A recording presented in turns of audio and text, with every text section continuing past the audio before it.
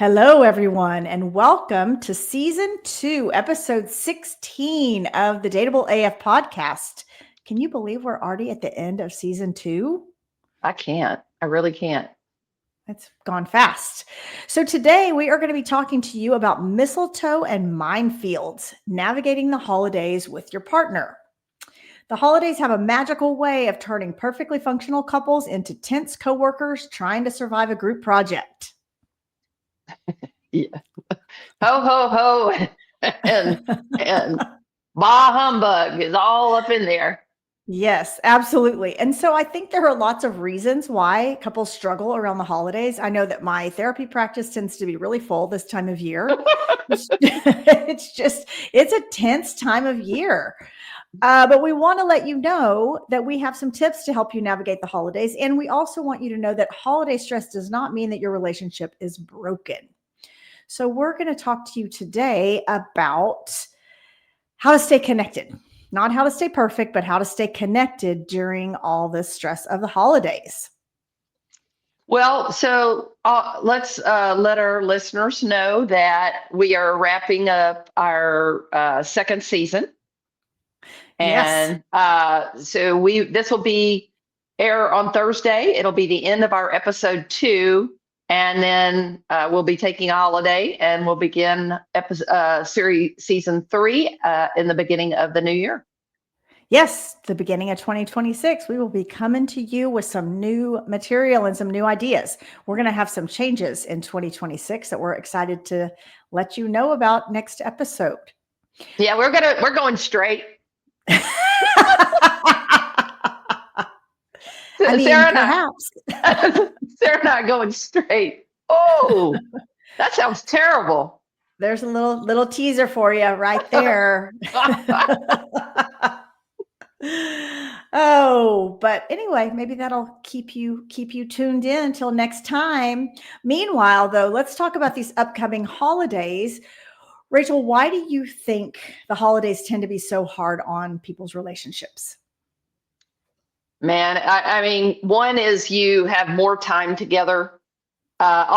Most of the time, you're taking time off. So with your person, you probably are spending a little bit more time with them than what you usually do.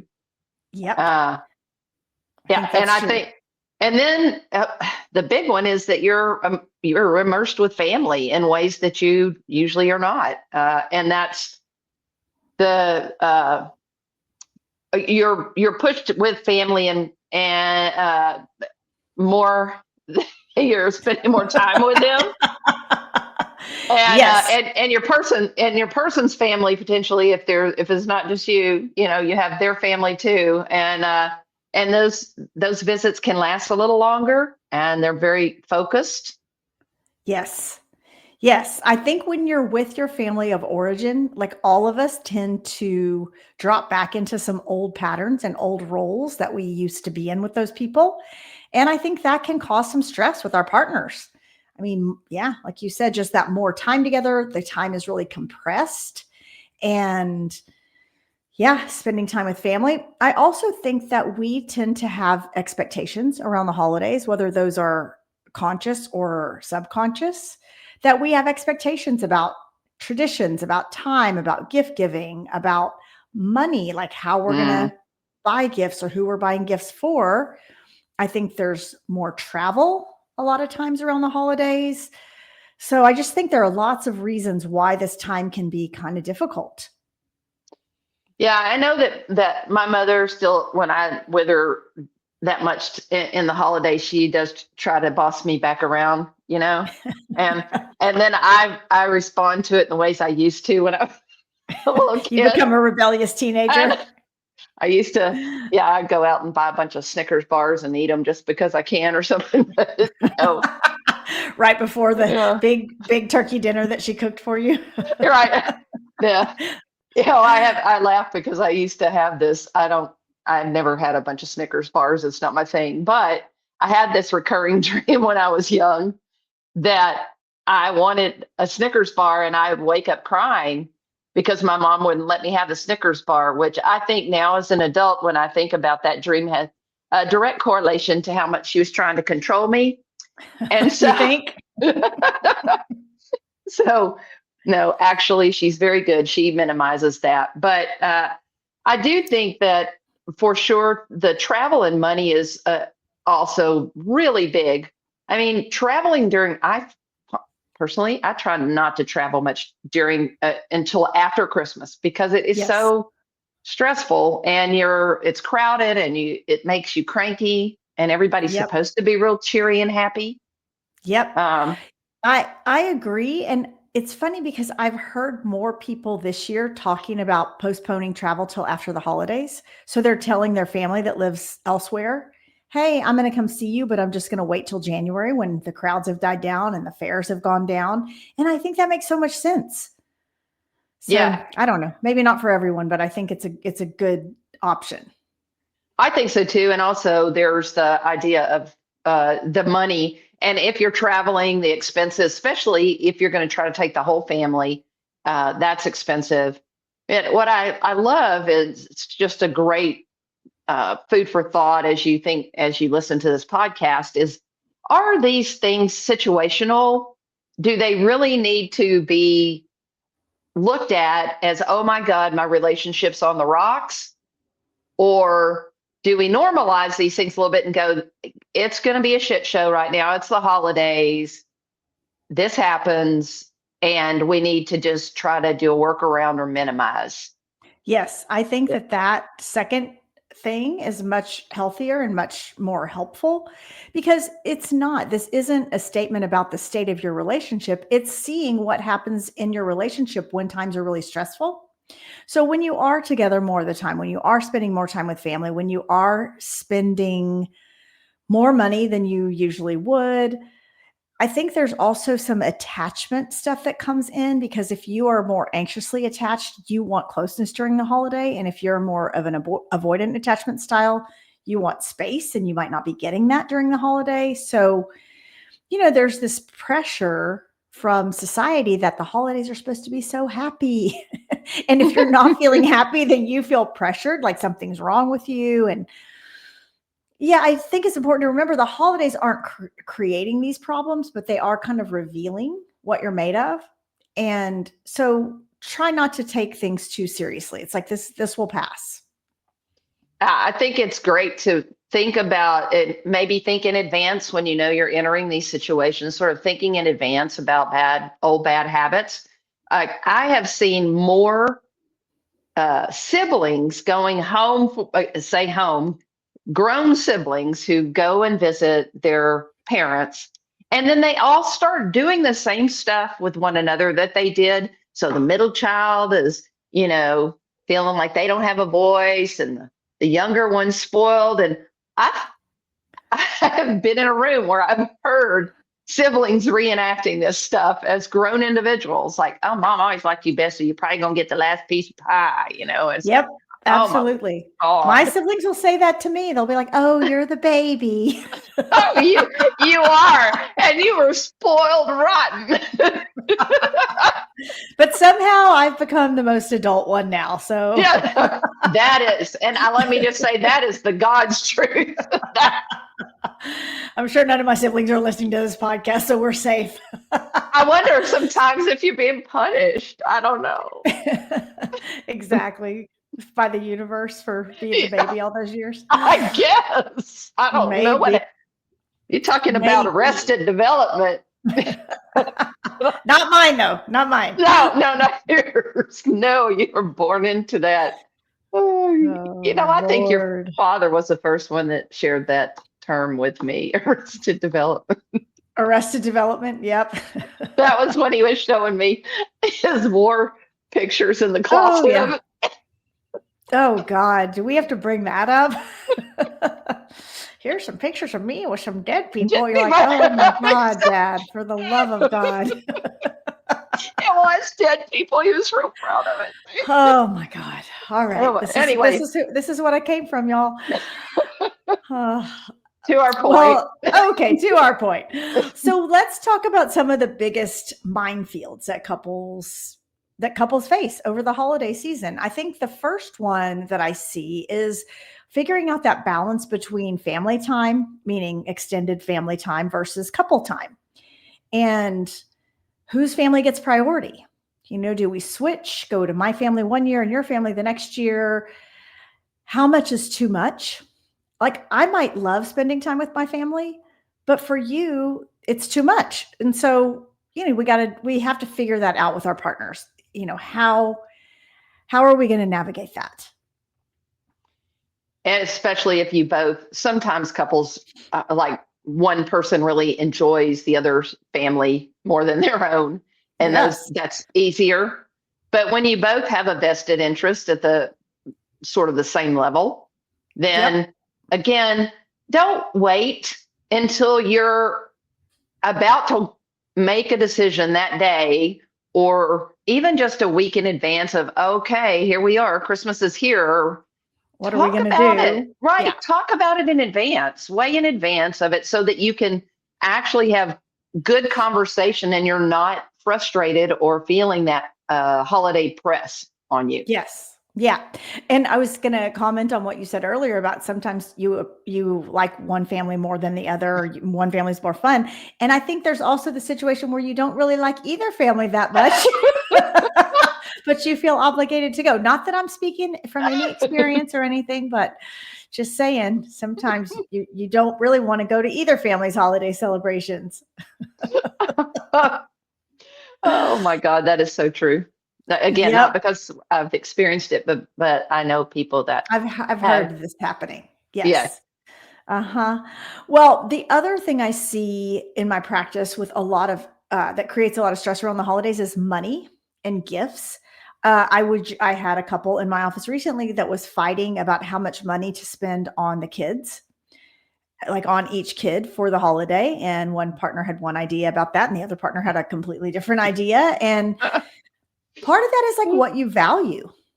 I was talking to somebody within my family about that, about, you know, the idea that you want your kid to have a pile of presents to open. And a lot of times they're just crap that's going to get discarded or given to Goodwill or, shoved in a closet. And is that really the best use of resources or the best value to teach your kid? And I would challenge our listeners to think a little bit about this too, is that though our kids, and when they're young, I'm not saying that you don't want to give them gifts, and there's some special things, and that's super exciting to wake up on Christmas morning or through Hanukkah, and however you exchange gifts or whatever you do. But I also would challenge our listeners to the idea of sharing experiences. Mhm. That is something that takes a little bit more effort oftentimes, but I feel is a lot more fulfilling, and it's less about material things than it is about being together. And Yes.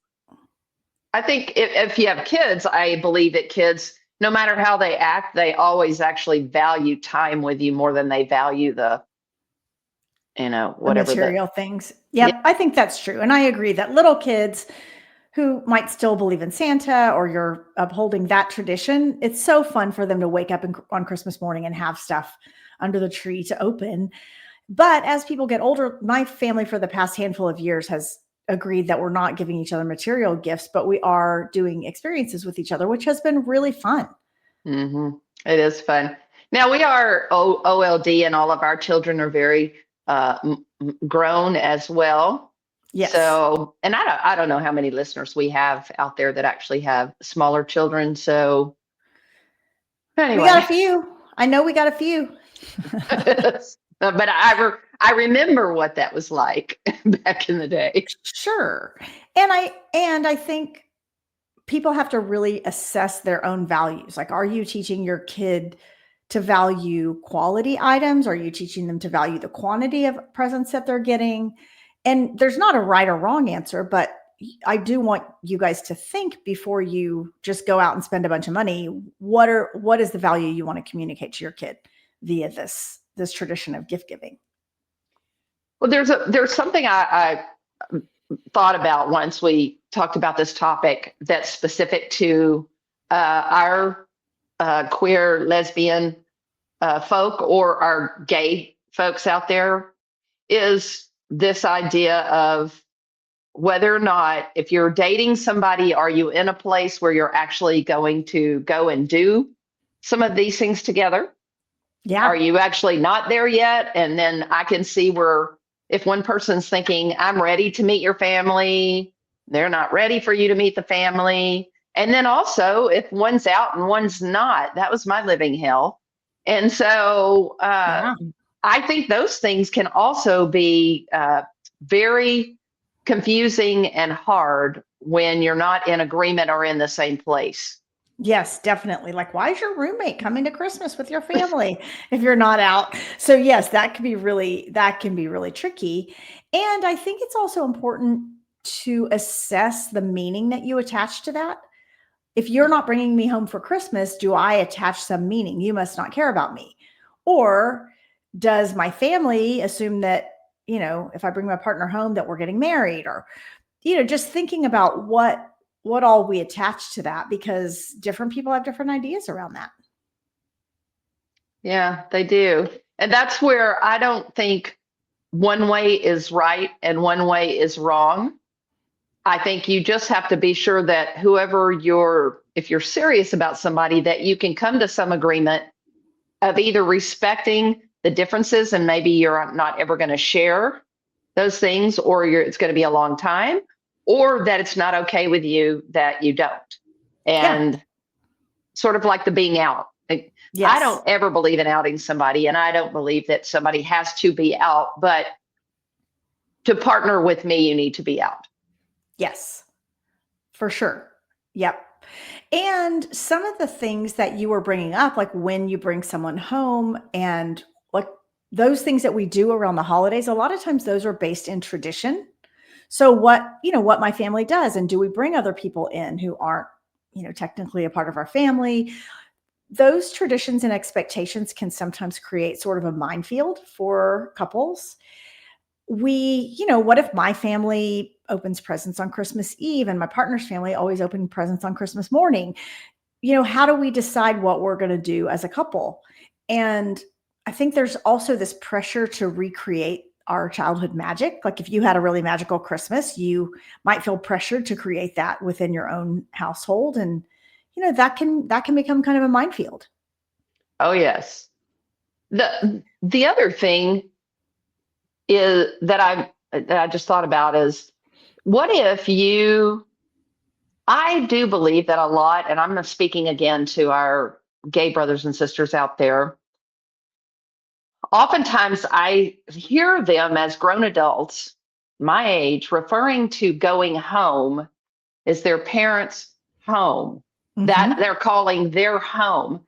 And Yep. they've been partnered with somebody, they own a home together, and all the rest of the year, they actually are in that home as an adult. But the minute that the holidays come around or they're going to a vacation, I mean, going to see that they're going home, and I'm Home going to their parents' house. home Uh-huh. to their parents. And there is also an expectation, I think, and I could be wrong about this. I should have done a little research on this now that I think about it, but about how much more gay couples uh, tend to think that they're still going to their parents, and that their parents or whomever is going to supply the holiday, Mhm. versus them becoming the home that everybody comes to for the holiday. Oh, that's so interesting. I never thought about there being a difference Mm. between queer couples and straight couples on this, but because the way that that's worked in my family is that the oldest generation tends to take over the hosting. So, at one point my grandmother did it and then she passed that along to my mom. And then when my mom got older or when she passed away, then that tradition got passed down to us. And yeah, that is really interesting. I wonder if adult queer people still rely on their parents. That would be a great thing to I need you to research that and we'll come back to that. Yes, and here's some other pieces to that. So oftentimes, queer gay couples don't have kids. A lot of Mhm. us do or have, but a lot have not. And I believe that there is this expectation, unless you as the couple change it, there's this expectation that there's no reason for everybody to congregate at your house because you don't have kids. So you're not really doing the kid thing, and that you're still sort of not really a family in the family's mind, and y'all just need to come here where your real family is. And that's interesting.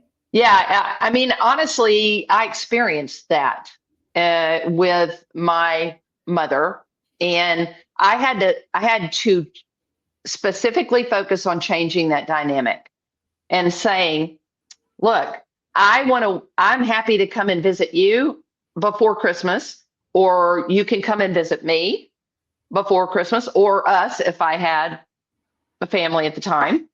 But on Christmas morning, I'm going to wake up in my house under my tree with my family. Yeah.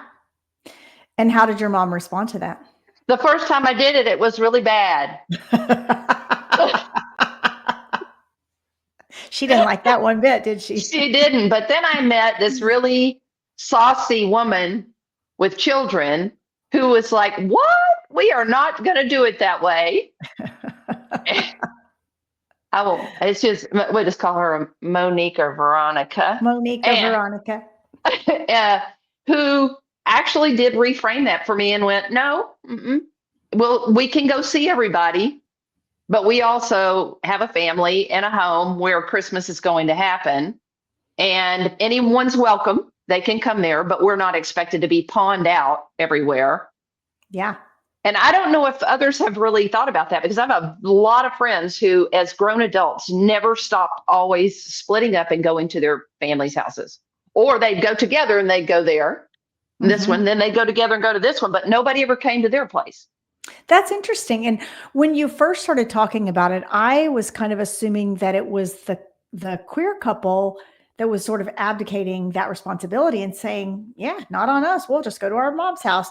But now that you've talked more about it, maybe it's also the parents expecting that the kids will still come there, even though they're adults. So that's really interesting. And I wonder how that falls out between straight couples and non-straight couples. Yeah, so. I would love the listeners to weigh in on this, because I think it's a real thing, and I think it's both reasons that that I kind of threw out there.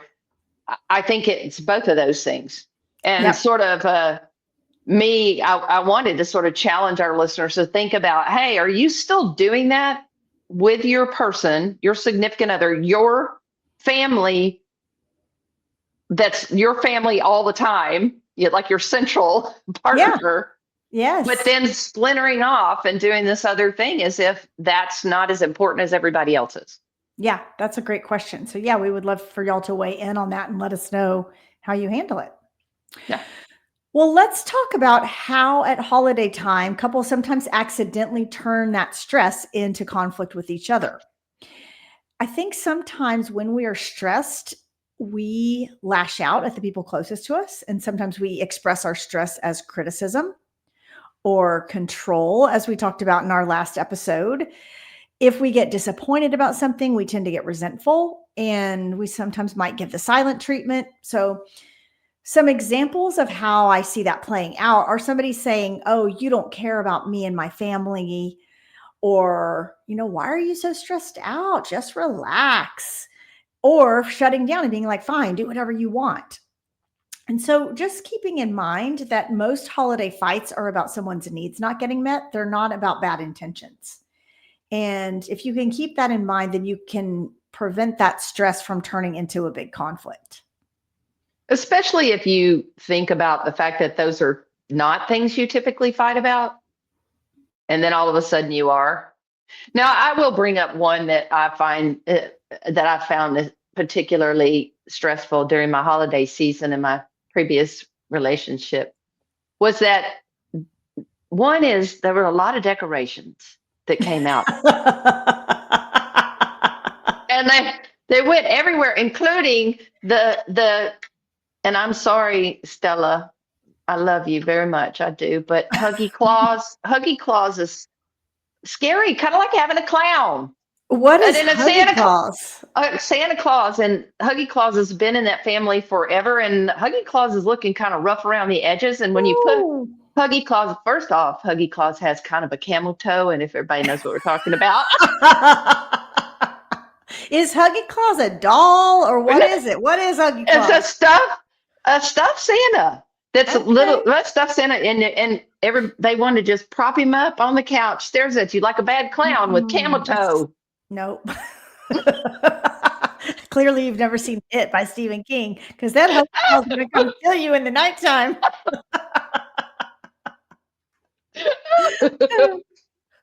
We never did resolve that issue. That's why you're not together anymore. Huggy Claus was the straw that Huggy, broke the camel's back. that's it. Actually, next time she asks, I'm going to tell her it's Huggy Claus.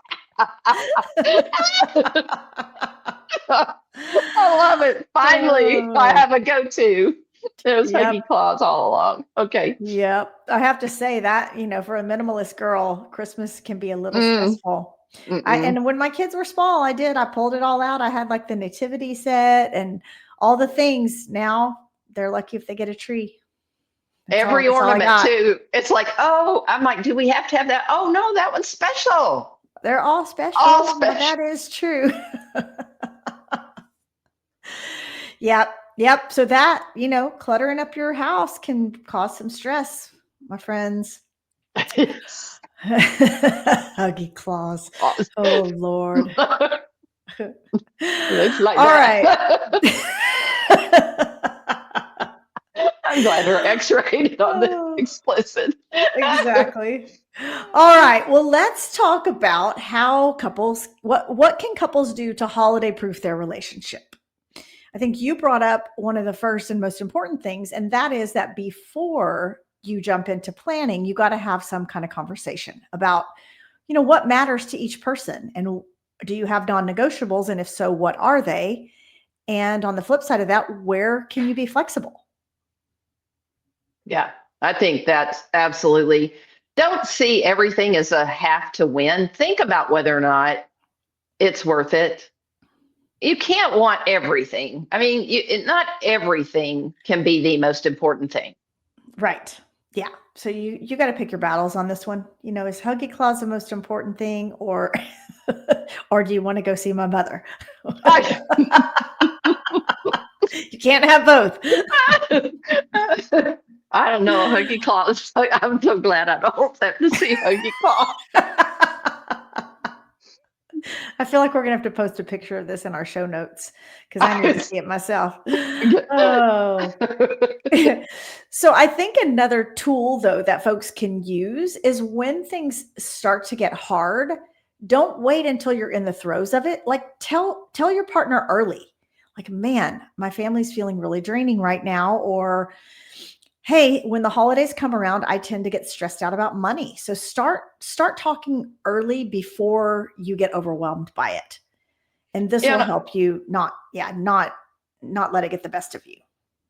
On the money one, what I have found very helpful in the past, has been very effective, is just sit down with your person and decide how much money you're comfortable spending on one another, or if there are kids involved, on the kids too.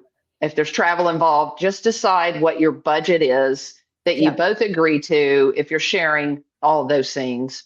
Or even if you're not sharing a house, but you're dating somebody and you're going to give gifts, and kind of just having the discussion of, hey, would like put a limit on this. So talk about it, because it will feel bad if you get the diamond ring and you just gave them a card. It's not feel good. Yes, absolutely. So I do think having those conversations early is super helpful.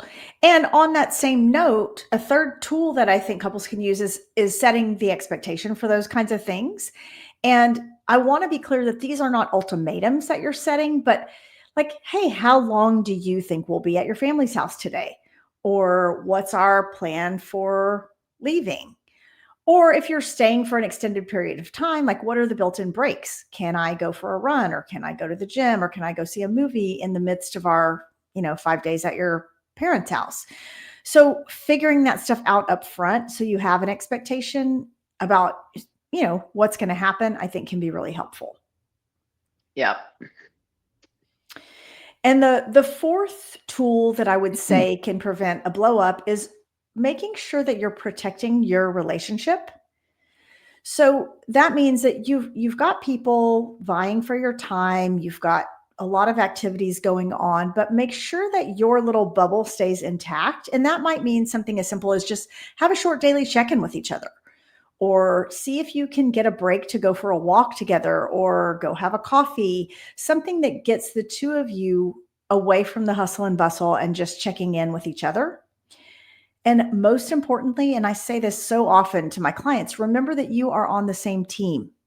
And when it is a team sport, you want your partner to win. So don't let go of that idea that you both at the end of the day want the same thing. And it's sort of fun to think about trying to sneak off and be naughty, you Oh know? yeah, for sure. It's kind of fun to think, and you do it where you're like, okay, I'm going to leave in 15 minutes and I'm going to say I'm going to the grocery store. And then you say you're going to leave like 10 minutes later and you say you're going to go do something and you'll be back. And then we meet up and then we're naughty. I like it. I like it. I think it's a good idea. Or you have a cup of coffee, but you do just take a time out. And I think it's pretty fun to be mischievous like that. Yep. I love it. I love it. So if things go sideways, or I guess I should say when things go sideways, because they probably will during this period of time, try to just normalize that you're going to have missteps. Things aren't going to go perfectly. So don't expect perfection and just be like, okay, that happened. And really focus on repair over perfection. So when things go south, focus on how you're going to reconnect rather than getting all bent out of shape because things weren't perfect. And some things that you can say are, oh, hey, that came out wrong. That sounded snappy and I didn't mean to snap at you. Or just owning, like, I'm overwhelmed with my family, or I'm overwhelmed with the holidays. I'm not mad at you. Or just asking your partner for a reset. Can we start that over? It's not going the way I wanted to. So just remembering that repairing matters so much more than trying to win the argument. Yeah, I think you could also just say, hey, I'm going to go lock myself in the bathroom and I'm going to be in there for like 30 minutes and watching some TikTok videos and I'll be back out in a little bit. There you go. That one works too. Although, if you're getting on TikTok, it's not going to be 30 minutes. You're going to come back out in about 3 hours. All right. Well, let's wrap this up. What are some of the key takeaways that we want our listeners to get from today's episode? For sure that holiday stress is normal. It's going to happen. And it's not this big statement on your relationship or that your relationship is failing. Yes, 100%. I also want you guys to remember that planning ahead beats reacting. So the more you can plan ahead for where you're going to go, how much money you're going to spend, how you're going to extricate yourselves from situations, the more you can plan ahead, the better off you're going to be. Yeah, and boundaries protect connection. And so just making sure that you both respect and honor your time together, and then boundaries about how much you let them, that encroachment on that. And then just also respecting one another's boundaries, need for space, just a little air. Yep, 100%. And as we said before, the repairs matter more than perfection. So if you get off track, it's okay. Just focus on how you're going to repair and how you're going to reconnect with your person. If you and your person want to talk more about this, when we would encourage you to do that, here are some questions that you guys can ask each other. The first one is, what is the hardest part of the holidays for you? And just find out a little bit more. Yeah. Huggy Claus. I already forgot his name. I was going to call him Huggy Santa. So yes, talking about what's most difficult. Also asking your partner, what support do you need from me during this holiday season? And what would make this holiday feel successful, even if it's not perfect? So Holidays don't need to be perfect. They just need to be navigated together.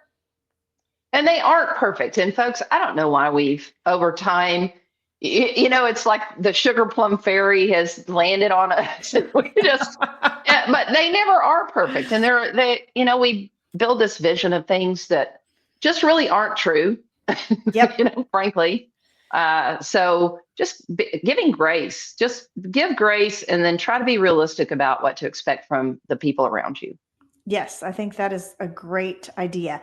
So we would love to hear your holiday successes and or funny stories or failures. If you want to share those with us too, please send them to us, info@dateableaf.com, or you can find us on Instagram @dateableaf. We love hearing from you, and you might end up in our after party episode. As always, we want to thank you for listening to the Dateable AF podcast, where we help you find your happy ending. And remember, be bold, be kind, and for the love of queer dating, don't text your ex. Stay dateable. AF.